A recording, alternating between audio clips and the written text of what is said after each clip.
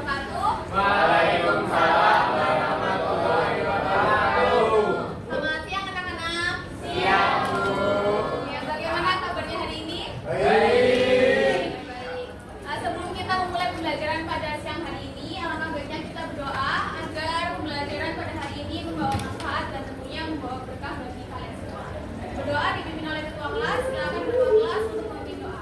Mari teman-teman sebelum mulai pembelajaran pada hari ini akan berjalan dulu doa mulai.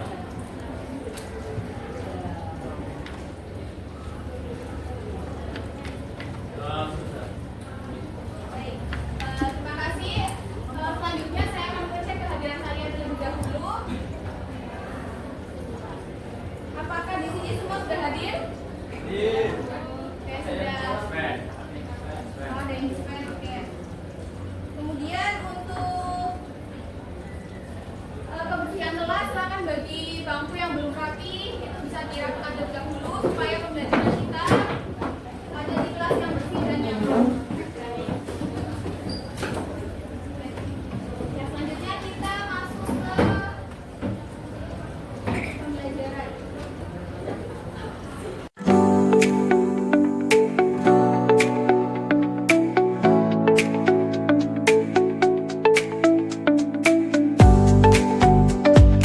Sebelum kita masuk ke inti materi pada siang hari ini, kalian bisa perhatikan baik-baik gambar yang ada pada layar.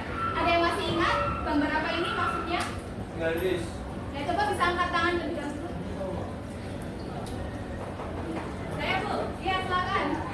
Tutup besaran 7 besaran botol. Ya, apa saja Mbak? Panjang, waktu, masa, suhu, intensitas cahaya, terus itu jumlah zat sama kuat arus.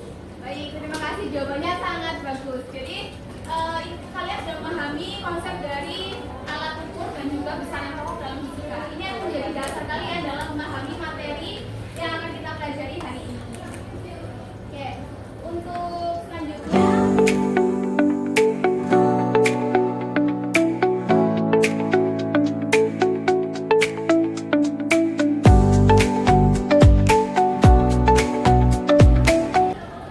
Kita masuk ke pengenalan materi. Nah, di sini kalian ada gambar segelas kopi dan juga segelas es. Nah, mengapa tangan terasa hangat saat kalian memegang secangkir kopi panas dan terasa dingin saat memegang segelas es? Ada yang bisa menjelaskan? Ya. Ya, silakan. Tangan terasa hangat saat memegang kopi panas karena kalor berbeda dari kopi ke tangan. Sedangkan saat memegang segelas es, tangan terasa dingin karena kalor berbeda dari tangan ke es. Dalam keadaan kasus ini terjadi perpindahan kalor dari benda yang bersuhu lebih tinggi dan ke benda yang bersuhu lebih rendah. Oke, baik. Terima kasih atas jawabannya. Kita lanjut ke gambar yang kedua.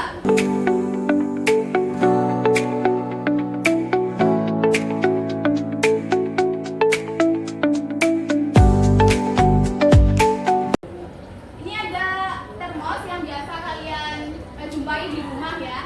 Nah, mengapa termos itu dapat menjaga suhu air tetap panas atau dingin dalam waktu yang cukup lama? Ada yang bisa menjawab? Silakan bisa angkat tangan.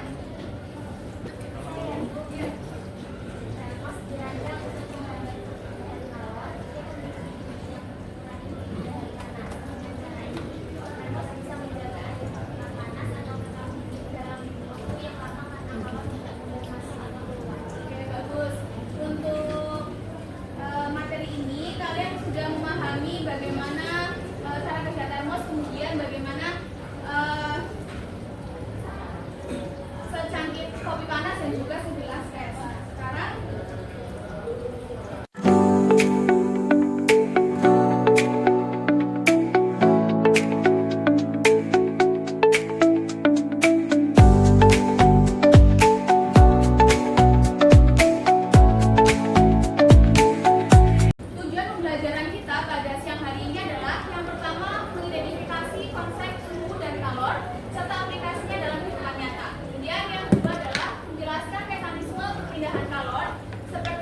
konveksi, konveksi, dan radiasi. Nah, yang ketiga, menganalisis hubungan kalor dengan perubahan wujud zat.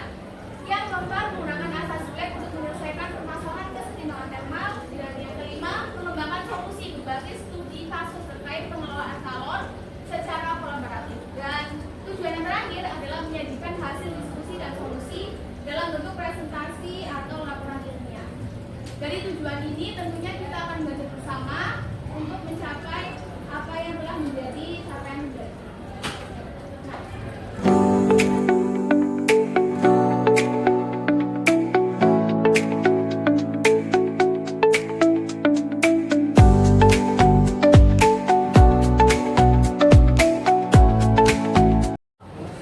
Kota metropolitan di Indonesia beberapa tahun terakhir mengalami peningkatan suhu rata-rata dibandingkan dengan daerah di sekitarnya. Contohnya di Semarang ya, Semarang itu kan suhunya semakin meningkat setiap tahun.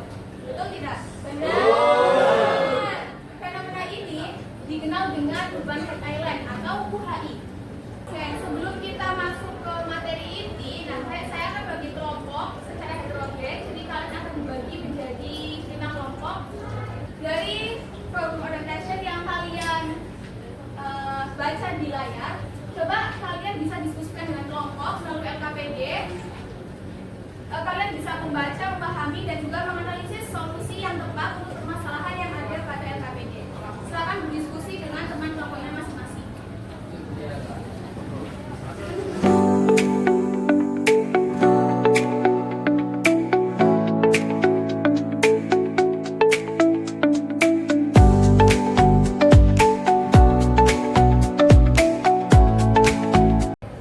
Ini untuk kelompok 1, ini untuk kelompok 2, kelompok 3, kelompok 4, dan kelompok 5. Selanjutnya saya akan membagikan LKPD.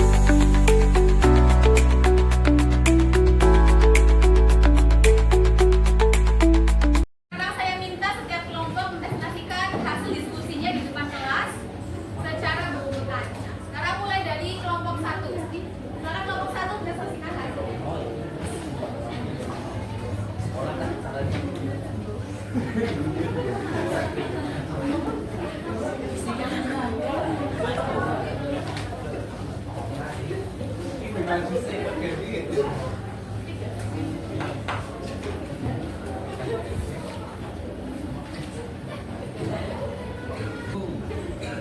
Fenomena urban terjadi ketika wilayah perkotaan mengalami peningkatan suhu rata-rata yang signifikan dibandingkan daerah sekitarnya. Hal ini disebabkan oleh dominasi material buatan seperti aspal dan beton yang memiliki kapasitas menyimpan panas tinggi dan lambat melepaskannya, terutama pada malam hari. Selain itu, kurangnya ruang hijau, tingginya bangunan yang rapat, serta warna gelap pada permukaan kota juga memperparah akumulasi panas. Baik, prestasi dari kelompok 1, apakah ada saran atau tanggapan dari kelompok lain?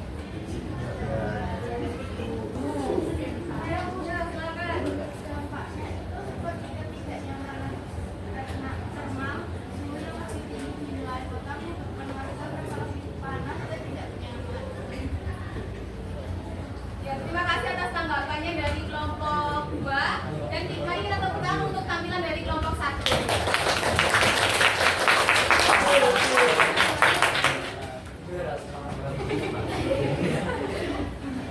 Baik, terima kasih atas kerja sama dari kalian dalam menyelesaikan LKPD. Saya akan memberikan saran dan penguatan tentang fenomena yang telah kalian selesaikan.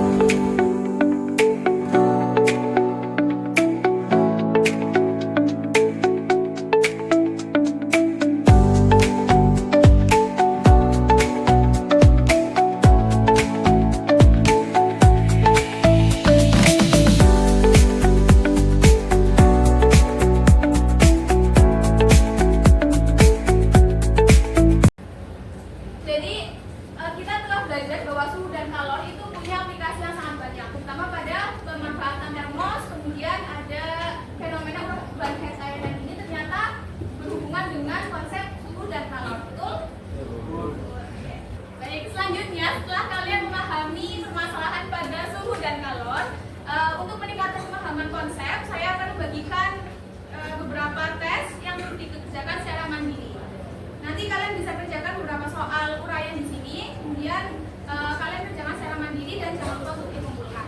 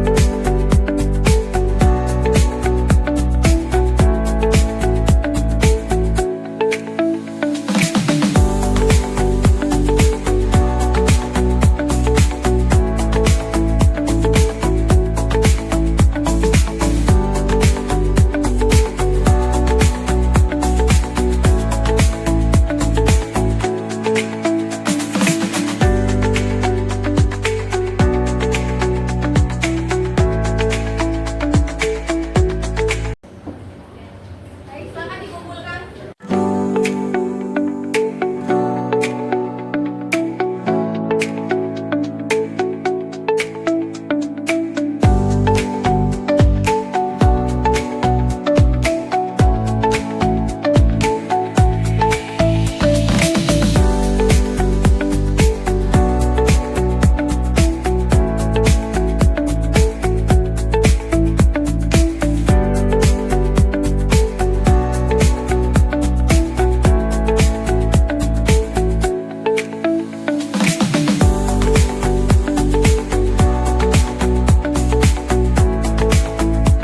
Berdasarkan apa yang telah kalian kerjakan, saya akan memberikan penguatan materi tentang suhu dan kalor.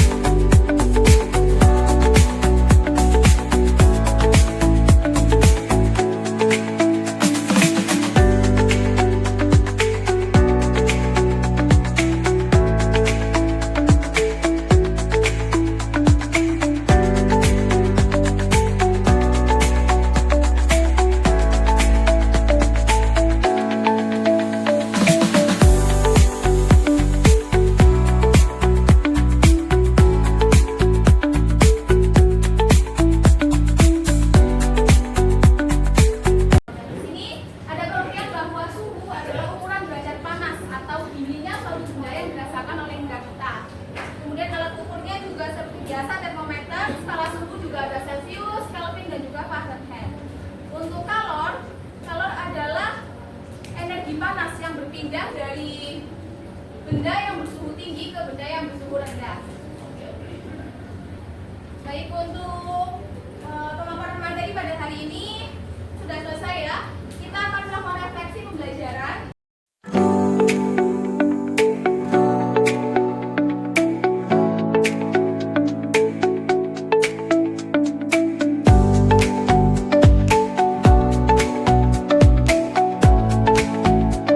Silakan teman-teman bisa menyampaikan pesan dan pesan dari pembelajaran pada hari ini. Apa yang menurut kalian menarik dan juga apa yang ingin kalian kaji lebih lanjut.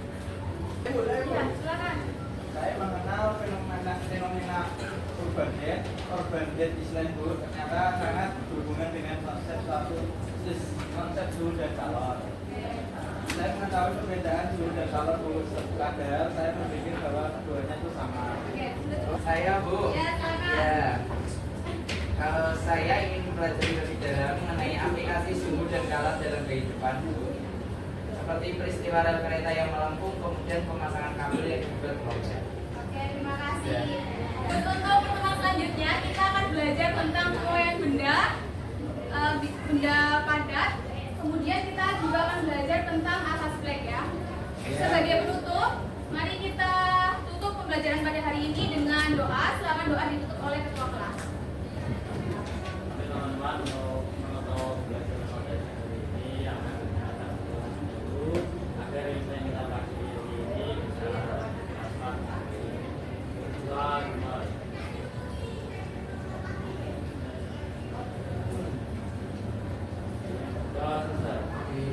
Terima kasih atas kerjasama dari kalian. Baik, Ibu akhiri. Wassalamualaikum warahmatullahi wabarakatuh.